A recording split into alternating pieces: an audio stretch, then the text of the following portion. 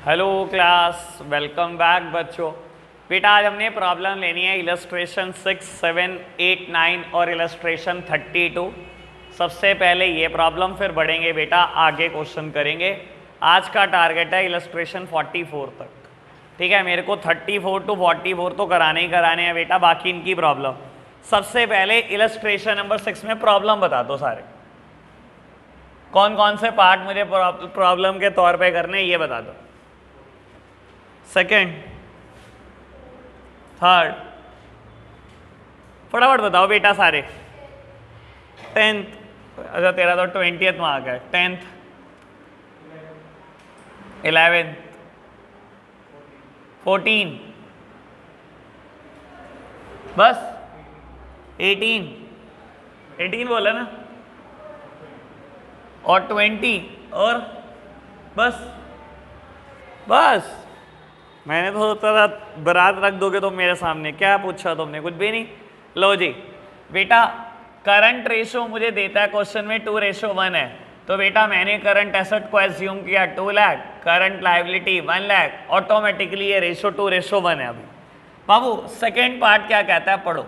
Second part कहता है B R received from trade receivables. बेटा कहता है बी आर मिल गए ट्रेड रिसीवेबल से। देखो ट्रेड रिसीवेबल में अपने आप में ही दो चीजें आती हैं, एक बी आर और एक बेटा डेटर। जब वो कहता है ट्रेड रिसीवेबल से बी आर मिल गए, दैट सिंपली मीन्स डेटर से बी आर मिल गए।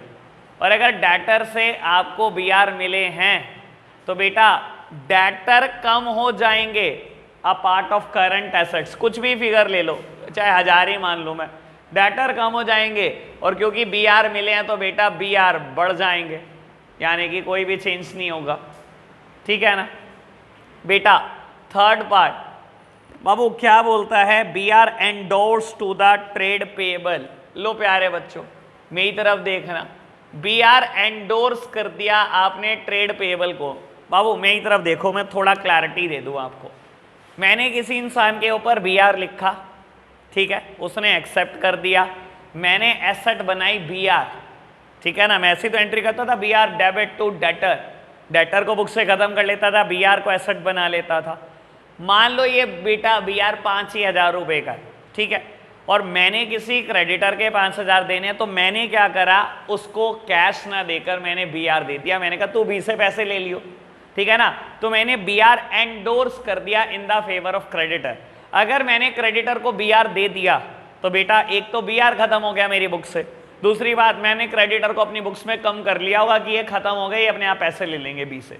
तो यानी कि बेटा करंट एसेट्स भी कम। करंट एसेट्स क्यों कम हो गई? बी आर के नाम की कम हो गई। मैंने फिगर मान ली 50,000, ठीक है ना बेटा। और बाबू क्रेडिटर भी कम, क्योंकि बेटा क्रेडिटर को अगर मैंने बी आर दे दिया, मैं तो ये मान के चल रहा हूं पेमेंट कर दी, अपने आप देखेगा वो, ठीक है ना जी। तो बेटा ये रेशो आएगी 3:1, दैट सिंपली मीन्स इंक्रीज।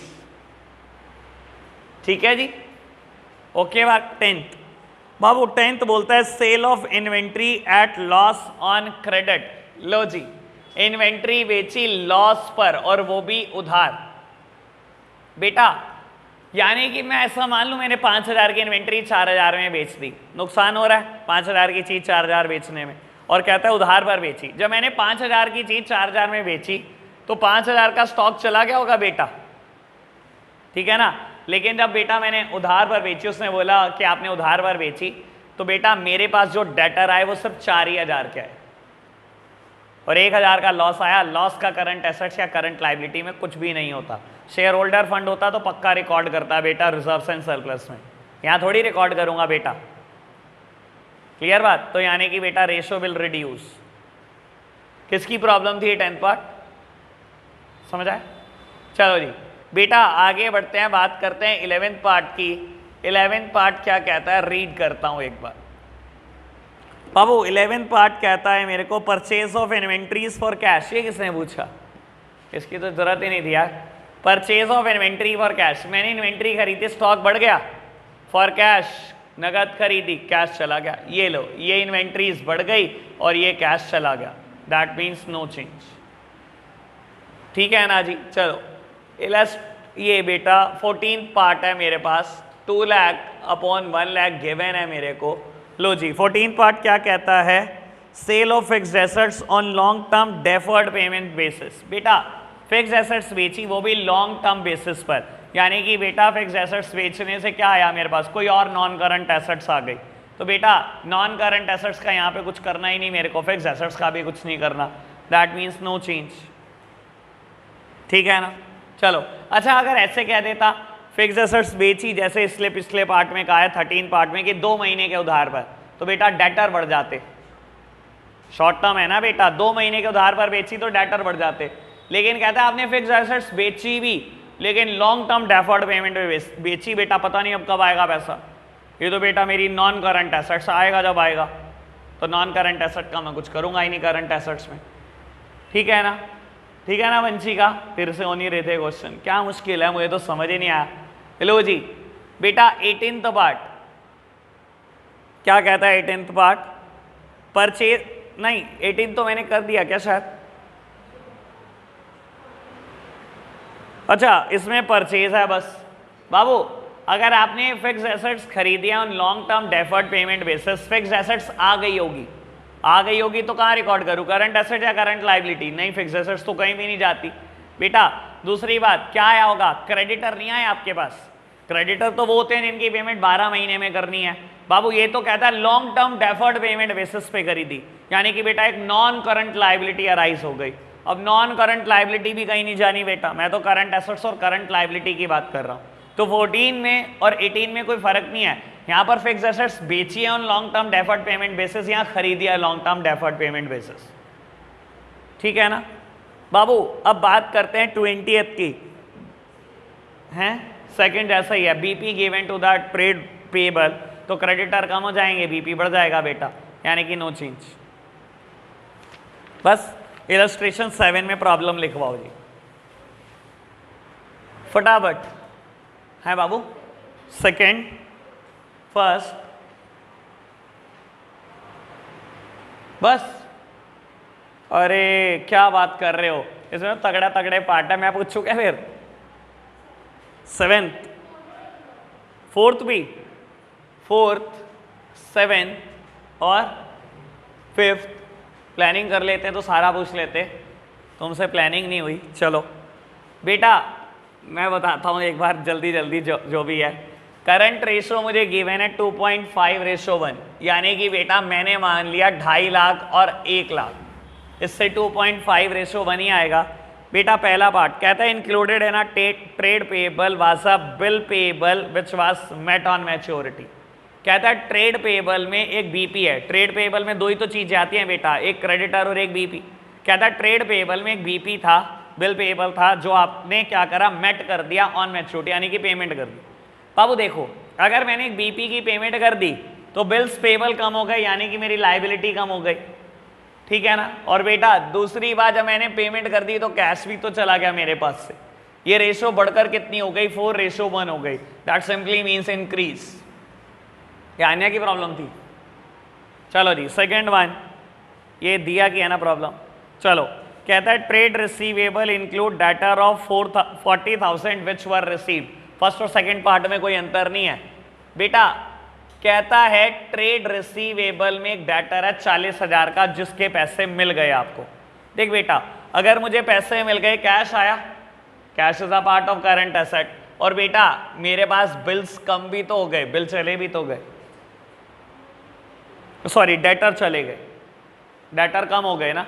ठीक है ना। डेटर ने पेमेंट कर दी, कैश आ गया, डेटर चले गए, that simply means no change. बेटा पार्ट नंबर 4, पार्ट नंबर 3 समझ में आया। फर्नीचर खरीदा और शेयर इशू कर दिए। मेरी तरफ देखना, मेरे बिजनेस ने फर्नीचर खरीदा और शेयर इशू कर दिए किसी को, मैंने एंट्री करी होगी। बेटा देखो मैं कहता हूं ऐसे क्वेश्चन करने का सबसे आसान तरीका होता है, कुछ ना समझ आए पहले जर्नल एंट्री सोच लो।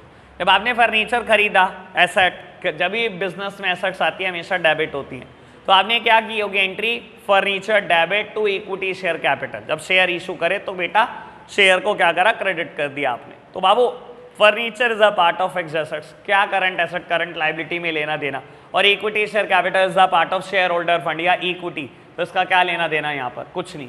Part number 4 redemption of debenture. बेटा कहता है डिबेंचर की रीपेमेंट कर दी, रिडेम्पशन सिंपली मींस रीपेमेंट। जब मैंने रिडेम्पशन कर दिया डिबेंचर का, रीपेमेंट कर दी, कैश गया होगा, कैश गया होगा। लो बेटा कैश को कर दिया माइनस। दूसरी बात बेटा जब डिबेंचर की रिडेम्पशन होनी है तो लास्ट ईयर मैंने उसको शो करा होगा करंट लायबिलिटी में, अदर करंट लायबिलिटी। याद करो पहली बात लिखवाई हुई है करंट मैच्योरिटी ऑफ डिबेंचर की, अगले 12 महीने में पेमेंट करने वाला हूं, ठीक है ना। तो बेटा लास्ट ईयर कहां शो कर रखा होगा, उसको करंट लायबिलिटी में शो कर रखा होगा। तो बेटा करंट लायबिलिटी भी कम हो जाएगी, रेशो 4:1 हो जाएगी, इंक्रीज हो जाएगी, ठीक है ना जी, ठीक है। फिफ्थ पार्ट कहता है purchase of goods for 20,000 against cheque. ये क्या है, ये कोई क्वेश्चन पूछने वाला है। बेटा गुड्स खरीदे चेक से, गुड्स खरीदे स्टॉक बढ़ गया, कोई भी फिगर ले लो, ये लो स्टॉक बढ़ गया जी। और जब चेक से खरीदे तो बेटा बैंक बैलेंस कम हो गया, दोनों ही करंट एसेट हैं स्टॉक और बैंक। क्या हुआ, कुछ भी नहीं हुआ, no change. 7th one, 6th one समझ में आया, 6th करा देता हूं मैं। बेटा कहता है purchase of loose tools for 10,000 against cheque. अरे तो फिफ्थ वन जैसा सेम हो गया, ठीक है ना। Loose tool is a stock, stock आ गया होगा और बेटा चेक चला गया होगा। लूज टूल क्या होता है बेटा, होता तो करंट एसेट है, होता भी पार्ट इन्वेंट्री का है, लेकिन बेटा मैंने आपको समझाया था करंट एसेट्स में हमने दो चीजें एक्सक्लूड करनी है, ठीक है ना। एक तो बेटा loose tool stock and spares और दूसरा provision for bad and doubtful debt. तो बेटा आप 6th पार्ट में क्या किया होगा आपने, कहता है आपने लूज टूल्स खरीदे अगेंस्ट चेक। खरीदने से भी करंट एसेट बढ़ाना ना, क्योंकि ये करंट एसेट का पार्ट नहीं होता इस पूरे चैप्टर में। सिर्फ चेक चला गया आपके पास से, बस मैं ये बोल सकता हूं चेक गया मतलब बैंक बैलेंस चला गया, तो बेटा रेशो रिड्यूस होकर आ जाएगी 2.4:1, ठीक है ना। ये हो जाएगी रिड्यूस। बंचे का समझ आया, हाँ में हाँ तूने बहुत जल्दी मिलाई थी। चलो जी सारे हाँ में हाँ मिलाने के लिए बैठे हैं। लो जी ये खैर बहुत बढ़िया है। 7th पार्ट किसी ने किया है क्या, किसी, अच्छा तूने किया है। BR of 5,000 endorsed to a creditor is dishonor। लो प्यारे बच्चों मेरी तरफ देखना, बहुत आराम से समझना, मजेदार बात है।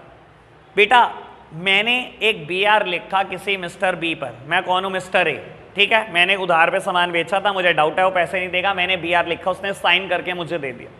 मैंने एंट्री की होगी BR account debit to debtor, कि डेटर बुक से खत्म हो गए, अब मेरे पास BR आ चुके हैं। मैंने देने थे किसी क्रेडिटर के पैसे, लेट सपोज ये BR भी 5,000 का है, मैंने देने भी 5,000 थे। मैंने ये BR उस क्रेडिटर के फेवर में एंडोर्स किया। जब मैंने बेटा उसको दिया तो मैंने एंट्री क्या करी, पहले ये सोचो। मैंने क्रेडिटर को दिया, क्रेडिटर भी बुक से कम करे, और BR मेरे पास से चला गया, BR भी कम करे। एसेट हमेशा डेबिट होती है, जब कम करनी हो तो क्रेडिट कर दो। बेटा लायबिलिटी हमेशा क्रेडिट होती है, जब कम करनी हो तो डेबिट कर दो। मैंने एंट्री करी क्रेडिटर टू BR, कि क्रेडिटर को मैंने BR दे दिया, BR मेरी बुक से कम हो गया और क्रेडिटर भी कम हो गए। और बेटा अपॉन मैच्योरिटी क्या हुआ, जब ये क्रेडिटर B से पैसे लेने गया तो B ने पैसे देने से डिनाई कर दिया, मना कर दिया। और जब इसने पैसे देने से मना कर दिया, मैंने अपनी बुक्स में एंट्री क्या करी, सर बुक क्रेडिटर तो मुझसे ही पैसे मांगेगा ना, और बेटा मैं B से पैसे मांगूंगा, मैं तो छोड़ूंगा नहीं। मैंने एंट्री क्या की होगी, debtor account debit to creditor, कि डेटर दोबारा से खड़े हो गए और बेटा क्रेडिटर की पेमेंट दोबारा से करनी है, ठीक है ना। एसेट बना ली जिसका नाम है डेटर, और बेटा लायबिलिटी दोबारा बना ली जिसका नाम है क्रेडिटर। तो मैंने एंट्री करी होगी बेटा debtor account debit to creditor. तो बेटा डेटर भी बढ़ेंगे और क्रेडिटर भी बढ़ेंगे, ठीक है ना जी। बस फिगर ऐसी एज्यूम करना आसान रहे, 50-50 हजार एज्यूम कर लो, बिल्कुल ठीक रहेगा। लो जी रेशो आ जाएगी बेटा 2:1, दैट मीन्स रिड्यूस। ये बढ़िया पॉइंट था, ठीक है जी। इलस्ट्रेशन नंबर 8 प्रॉब्लम आपकी बताइए, लिखवा दो बस फटाफट बेटा, टाइम नहीं है इतना।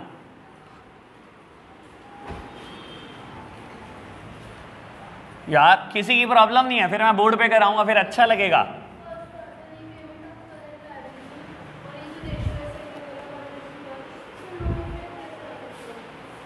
अभी करते हैं बात, बस फर्स्ट पार्ट पूछना है तेरे को, और वो भी देख, जब 1:1 गिवन है तेरे को सेकेंड पार्ट में, तो बाबू करंट एसेट और करंट लायबिलिटी दोनों बराबर है ना, यानी कि 1 लाख एज्यूम कर ले, कर लिया। कहता है repayment of current liability, current liability की रीपेमेंट कर दी। करंट लायबिलिटी है ना, करंट लायबिलिटी पे करने से करंट लायबिलिटी कम, और बेटा जब पे करी है तो कैश भी कम, और ये हमेशा ही बराबर रहेगी। आपको सही बात बता रहा हूं, जब ये 1:1 होता है ना, इफेक्ट ना रिकॉग्नाइज नहीं कर पाते आप। सर देखो ऐसा नहीं हो सकता, प्रॉब्लम ना हो, मैं निकालूंगा तो मैं बहुत परेशान करूंगा, या तो प्रॉब्लम आपकी हो या मेरी हो। 10th और 10 से पहले तो आखिरी है, 9th और 7th, बस 5th अब आ गई, 5th 7th 9th और 10th। लो जी बेटा, मैं ना फर्स्ट पार्ट में करके दिखा देता हूं, जब 2:1 है, सबसे आसान वहां पर रिकॉग्नाइज करना है। ट्रीटमेंट तो हर एक जगह सेम ही है ना, आपको क्या फर्क पड़ता है, आपको तो बेसिकली ट्रीटमेंट जानना है। लो बेटा, जब इसने कहा कि 2:1 है करंट एसेट्स और करंट लायबिलिटी के बीच में रेशो, तो बेटा मैं तब कैलकुलेट करके दिखा रहा हूं। आपने पूछा मुझसे 5th पार्ट है ना माधव, चलो 5th पार्ट क्या कहता है, sale of goods for 2 lakh costing ₹220। कह रहा है 2,20,000 रुपए के गुड्स आपने 2 लाख में बेच दिए, ऐसे ही बोला इसने। बाबू देख, जब मैंने 2,20,000 रुपए के गुड्स 2 लाख में बेच दिए, तो पहली बात तो 2 लाख आए, कैश आया 2 लाख, और 2,20,000 रुपए के गुड्स चले गए, ठीक है ना, ये रह गया स्टॉक। यही हुआ ना, रेशो रिड्यूस हो गई, 1,80,000 अपॉन 1 लाख आया 1.8:1, ratio will reduce. 7th part सक्षम, सक्षम कहता है B R endorse to the creditor, क्या फर्क पड़ता है, कहता है आपने बी आर दे दिया क्रेडिटर को, अभी करा मैंने इससे पिछले क्वेश्चन में, जब मैंने बी आर दिया क्रेडिटर को, बी आर कम हो गए, क्रेडिटर भी तो कम हो गए, रेशो हो गई 3:1, that means increase. 9th part अंकित, पेमेंट ऑफ डिविडेंड पेएबल, क्या फर्क पड़ता है, इतना सिंपल बात, payment of dividend payable, dividend payable की पेमेंट कर दी। Dividend payable is a current liability, outstanding expense है। जब आपने पेमेंट करी तो बेटा क्या हुआ होगा, credit sorry other current liability मेरी कम होगी, और कहता है पेमेंट करी, पेमेंट करने से कैश भी कम हो गया होगा, तो बेटा ये रेशो आ गई होगी 3:1, दैट मीन्स इंक्रीज। और ये रहा 10th पार्ट, किसने पूछा था, अच्छा आपने, बीपी एक्सेप्टेड फॉर 1 मंथ। बेटा देख, कहता है आपने बीपी एक्सेप्ट कर लिया 1 मंथ के लिए। बाबू मैंने किसी की पेमेंट लेनी थी, किसी, ठीक है ना, मैं किसी के लिए क्रेडिटर था, ठीक है ना। अब ये सोचकर देख कि उसने कहा कि मैं तेरे ऊपर बिल लिख रहा हूं, कि मुझे विश्वास नहीं है कि तू पैसे नहीं देगा। मैंने कहा अच्छा ठीक है भाई लिख दे बिल, मैं साइन कर दूंगा। कहता है आपने बीपी एक्सेप्ट कर दिया, तो बेटा क्रेडिटर आपकी बुक से कम हो गए होंगे, और बेटा बिल्स पेबल एक नई लायबिलिटी खड़ी हो गई होगी, कुछ भी चेंज नहीं हुआ होगा, ठीक है ना। चलो जी, इलस्ट्रेशन नंबर 9 प्रॉब्लम बताइए, इसमें 8th और 14th टिक है, 9th और लास्ट, 8th 9th और लास्ट हो गया, और बताओ 7th, बस चलो। अच्छा कुछ है तो है नहीं यार, ये तुम क्या है यार, झंडू बाम बाम प्रॉब्लम लेकर आ गए हो, बहुत मुश्किल। अब ये जितने घर गए हैं ना उनके लिए बहुत मुश्किल, और जो आए नहीं बेटा उनके लिए उससे भी ज़्यादा मुश्किल, करा थोड़ी होगा उन्होंने होमवर्क। बाबू 7th पार्ट कहता है B R drawn on trade receive. अच्छा सॉरी यार, ये तो पहली बात तो ये रेशो क्विक रेशो दे रखी है, और दूसरी बात बेटा ये 1.4:1 पहला पार्ट दे रखा है। मैं पहले से ही कर देता हूँ, बाकी जैसे आपको अच्छा लगे वैसा कर लेना, ठीक है जी। जब 1.4:1 दे रखा है तो बेटा 1.4 1,40,000 और 1 लाख मैंने मान लिया, इससे 1.4:1 ही आएगा। 7th पार्ट कहता है B R drawn on trade receivable for 3 month. B R draw करा आपने ट्रेड रिसीवेबल पर, भाई मैंने एक डेटर से पैसे लेने थे उसके ऊपर बिल लिख दिया, तो क्या हुआ, कितनी सिंपल बात। बाबू डेटर कम हो गए होंगे और बी आर आ गया होगा, खत्म, ये ले, कोई भी चेंज नहीं हुआ। ठीक है ना, बी आर लिख दिया डेटर के ऊपर, डेटर खत्म, बी आर आ गया। एंट्री करी होगी B R debit to debtor, debtor गए, बी आर आ गया। ठीक है ना। 8-1 B R endorse in favour of trade payable. अरे भाई ये कितनी बार करूं, तीसरी बार कर रहा हूं रेगुलर, इसमें प्रॉब्लम लिखी हुई है नन्नी, समझ आ गया।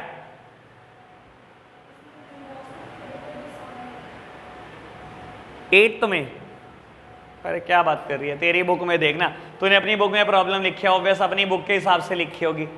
अब ऐसा थोड़ी उसकी बुक में पढ़ा, अच्छा प्रॉब्लम इधर मार्क कर दी, पढ़ा तो अपनी बुक में होगा ना तूने। B R endorse in favour of trade payable. बेटा बी आर भी कम हो गए होंगे और ट्रेड पेबल भी कम हो गए होंगे। अब मुझे नहीं पता आप कैलकुलेशन कैसे सोचते हो, चलो अच्छा दोनों को कम कर रहे हैं, ऊपर नीचे फिगर क्या मानूं, पॉइंट में ना जाए, 40,000 मानूंगा तब भी पॉइंट में जाएगा।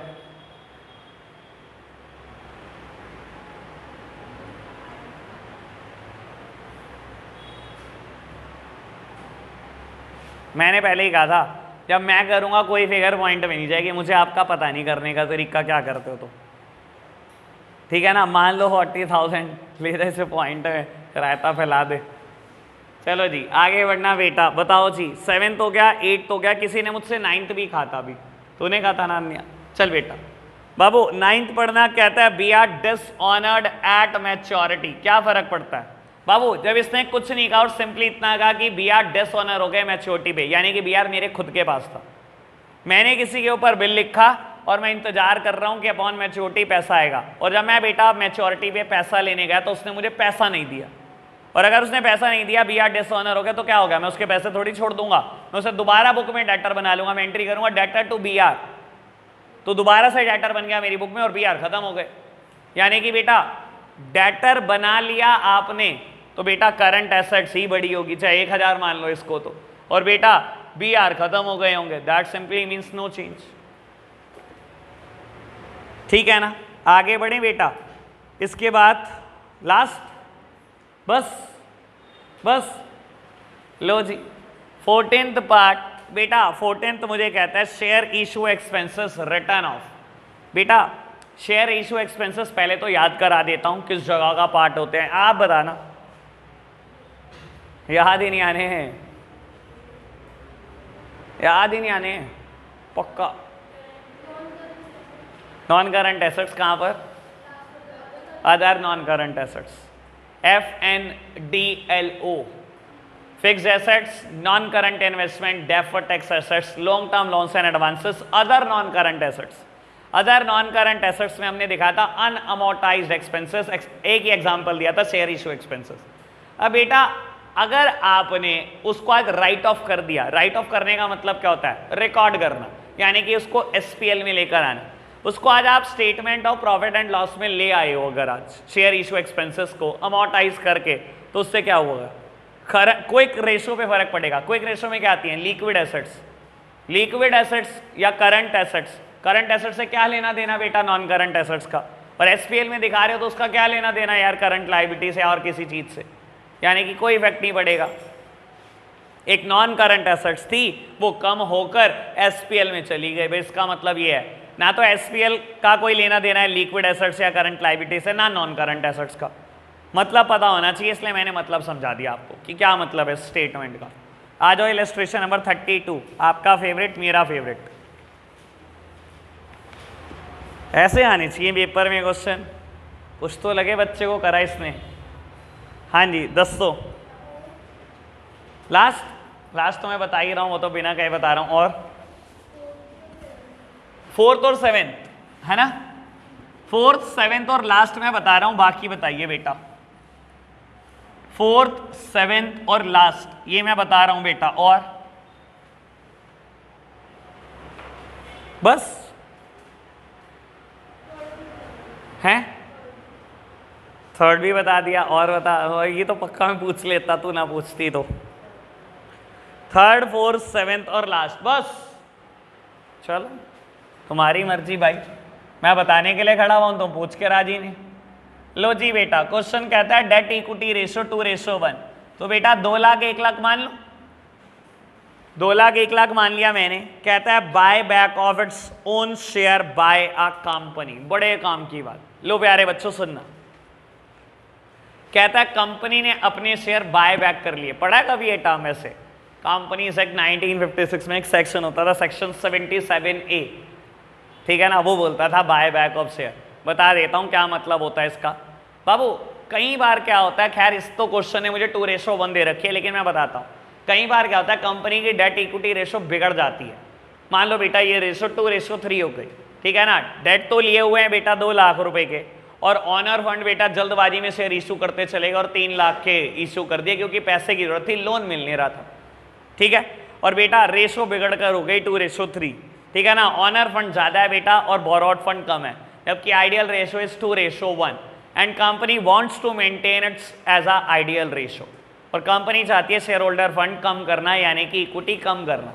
कंपनी ने क्या करा, अपने शेयर ही खरीदे और फाड़ के फेंक दिए। अपने शेयर खरीदे, लोगों को पैसे दिए, मार्केट से अपने शेयर खरीद कर बेटा फाड़ कर फेंक दिए, यानी कि बेटा कुछ नहीं करा, कुल मिलाकर बैलेंस शीट में दोनों साइड कम कर दी। टी फॉर्म बैलेंस शीट बनाऊं तो बेटा कैश भी कम कर दिया और बेटा शेयर होल्डर फंड भी कम कर दिए। बाय बैक ऑफ शेयर का मतलब होता है शेयर होल्डर फंड को कम करना, इक्विटी शेयर को कम करना, ठीक है ना। और बेटा अगर इस क्वेश्चन ने कहा कि पहले रेशो 2:1 थी और आपने बाय बैक किया शेयर का, तो बेटा इक्विटी शेयर कैपिटल कम हो गई होगी, which is the part of equity, ठीक है ना। तो ये रेशो बढ़कर क्या हो गई होगी बेटा 4:1 इंक्रीज, ठीक है ना दिया। और पक्का बता रहा हूं ये सबकी प्रॉब्लम होनी चाहिए, किसी को भी नहीं पता होगी ये टर्म, आप में से जिसने देख के किया करा, प्रॉब्लम कोई नहीं पूछता, लेकिन पता नहीं आपको ये कितना परेशान करेंगे फिर चीजें, फिर रटते रहना बैठकर। चलो देख बेटा, पार्ट नंबर 4 पूछा था ना 3 के बाद, issue of debenture for cash. देख बेटा, आपने डिबेंचर इशू करे फॉर कैश, डिबेंचर इशू करने से डेट बढ़ गया होगा मेरा, debenture is a part of non current liability, तो डेट तो बढ़ गया होगा, और डेट बढ़ गया होगा, कैश चला गया होगा, सॉरी कैश आ गया होगा, issue of debenture for cash, cash आ गया होगा, ठीक है ना बाबू। अब एक बात समझने की कोशिश करो, क्या आपने डिबेंचर इशू करे, ठीक है ना, कैश आया, लोन बढ़ गया आपका, बाबू कैश कहाँ जाएगा, कहीं पर भी, ना तो शेयर होल्डर फंड है ना कुछ, ठीक है ना, लेकिन डेट जरूर बढ़ गया, तो रेशो विल इंक्रीज, 2.5:1 आ रहा है, इंक्रीज हो गई, ठीक है। आगे बढ़ो, किसने पूछा था अब मेरे से 7th है ना, 7th है ना। चलो बेटा 7th में मेरे को बोलता है, मैं पूछ लूंगा एक आधा आपसे, मुझे ऐसा लगता है पूछना चाहिए मुझे। बेटा 7th में बोलता है मेरे को conversion of debenture into equity share of और प्रेफरेंस शेयर। बेटा देखो पुरानी रेशो है 2:1, कहता है डिबेंचर कन्वर्ट हो गए इक्विटी शेयर में। वैसे बता देता हूं, जनरली जो कंपनी डिबेंचर इशू करती है वो नॉन कन्वर्टेबल होते हैं, लेकिन बेटा कई बार कंपनी क्या करती है, कन्वर्टेबल डिबेंचर इशू कर देती है। कन्वर्टेबल डिबेंचर में क्या होता है, अपॉन मैच्योरिटी डिबेंचर होल्डर के पास 2 ऑप्शन होते हैं कि आओ या तो कैश ले जाओ अपना पैसा, मैंने आपको 20 लाख के डिबेंचर इशू करे मैं 20 साल के लिए, आज 20 साल पूरे हो रहे हैं और ये डिबेंचर कन्वर्टेबल थे, आओ और अपना पैसा या तो ले जाओ कैश, या इक्विवेलेंट अमाउंट के मैं इक्विटी शेयर आपको देता हूं या प्रेफरेंस शेयर देता हूं। ऐसे डिबेंचर को हम कन्वर्टेबल बोलते हैं, ठीक है। अब यहां पर इसने बोला क्या, डिबेंचर कन्वर्ट हो गए इक्विटी शेयर में या प्रेफरेंस शेयर में। अगर डिबेंचर कन्वर्ट हो गए तो डिबेंचर कम हो गए और क्या हो गया होगा बेटा, इक्विटी शेयर बढ़ गए होंगे।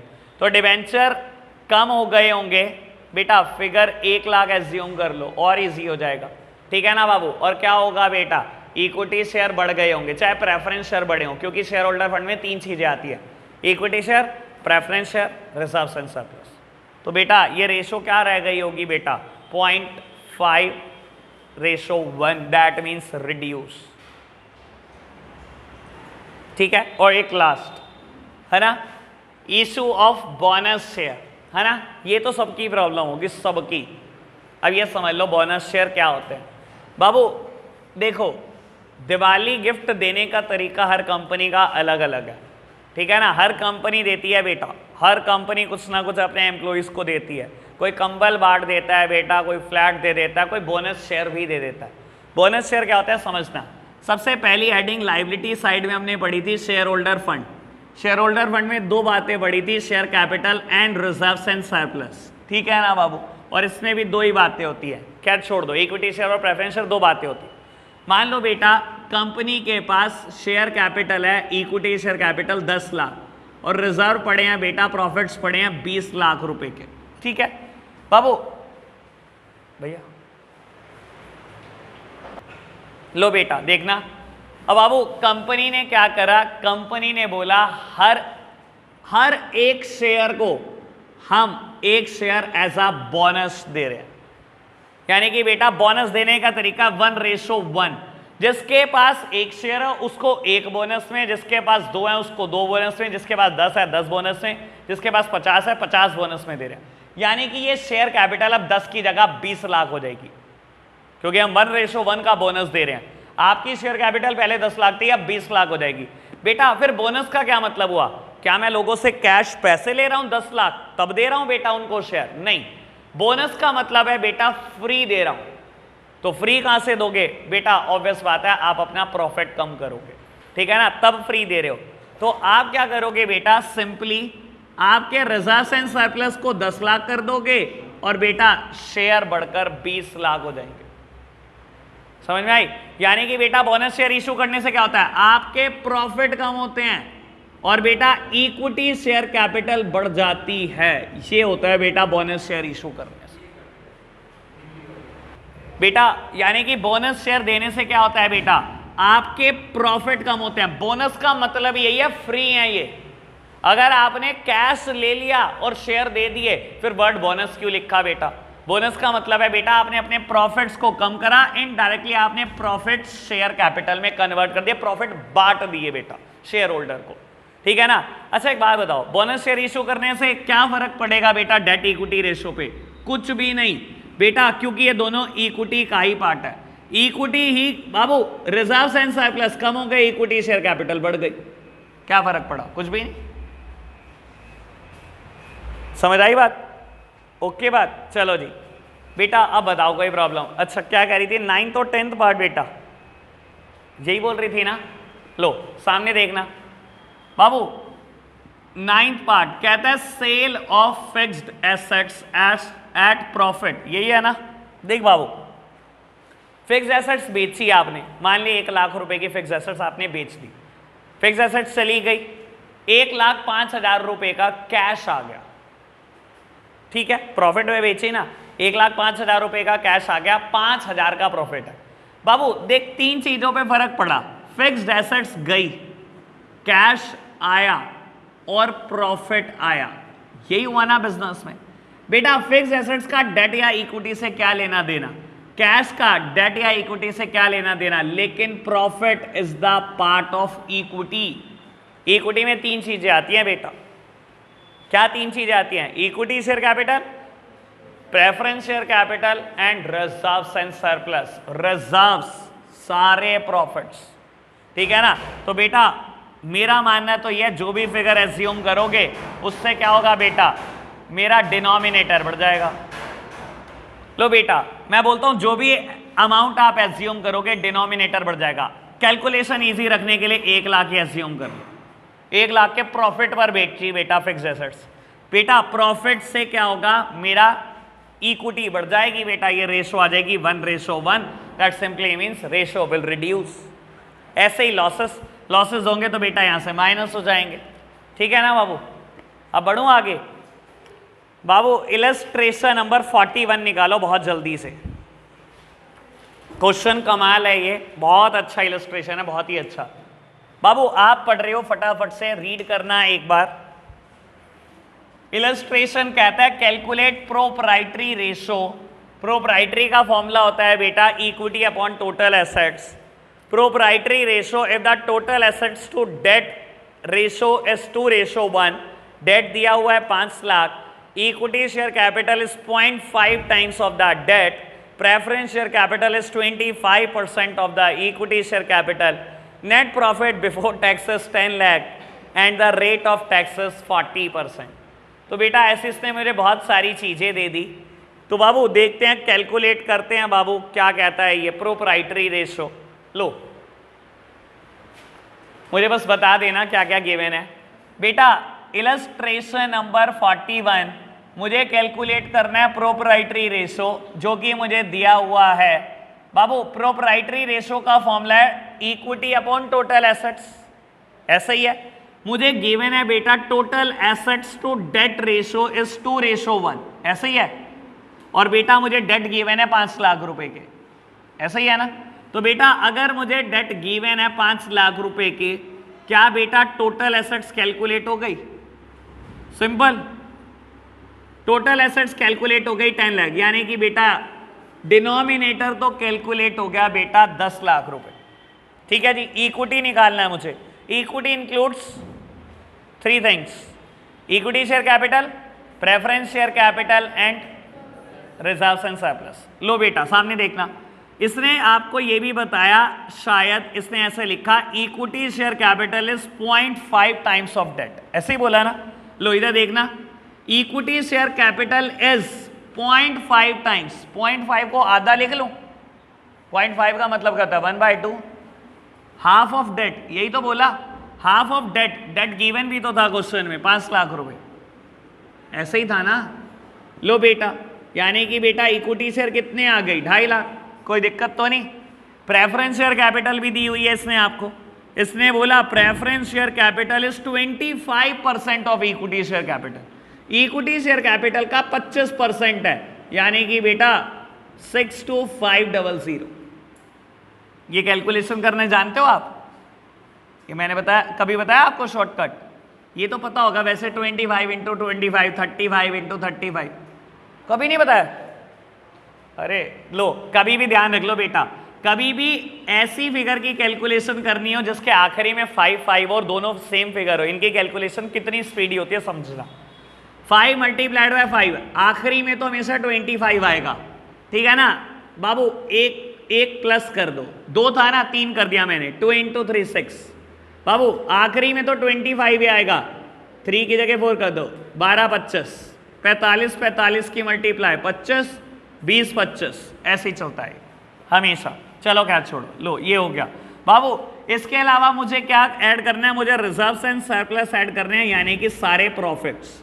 अब बड़े काम की बात बाबू, इसने आपको दिया प्रॉफिट बिफोर टैक्सेस, टैक्स से पहले प्रॉफिट है 10 लाख, टैक्स का रेट है 40%। बेटा टैक्स के बाद वाला प्रॉफिट ट्रांसफर होता है। आप सोचो, एसपीएल का फॉर्मेट बनाते थे, सबसे लास्ट आइटम क्या होती थी? Profit after taxes. ये जो प्रॉफिट आता है ये जाता है बेटा रिजर्व्स एंड सरप्लस में।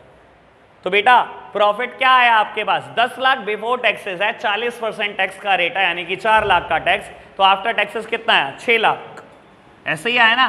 तो बाबू ये तीनों प्लस करके मेरे पास क्या आएगी? ये तीनों प्लस करके मेरे पास इक्विटी आएगी, शायद ये आ रही है 912500, ठीक है ना। तो ये रेशो आएगी 0.9125:1। क्लियर जी? चलो जी बेटा, इलस्ट्रेशन नंबर 40 देखता हूं, बताता हूं कौन सा बढ़िया कर देता हूं एक आध आपके लिए। और इलस्ट्रेशन नंबर 42, ये तो निहायती टुच्च है बेटा। 43, 44 बढ़िया आएगी आपके लिए, छोड़ देता हूं। इलस्ट्रेशन बाकी ऐसे हैं नहीं इसमें, 43 में भी कुछ, बस बाकी कर लेना। आपने क्या करना है, आपके लिए होमवर्क है बेटा, इलस्ट्रेशन नंबर 34 to 44 जो भी मैंने छोड़ दिया, मैंने 41 कर दिया, इसका क्वेश्चन कर लेना, ठीक है ना। एक्सेप्ट इलस्ट्रेशन 41, उसकी जगह आपने करना है क्वेश्चन 41, ठीक है जी। ये होमवर्क करना बेटा। आज के लिए हम इतना ही रखते हैं बच्चों, बाय बाय।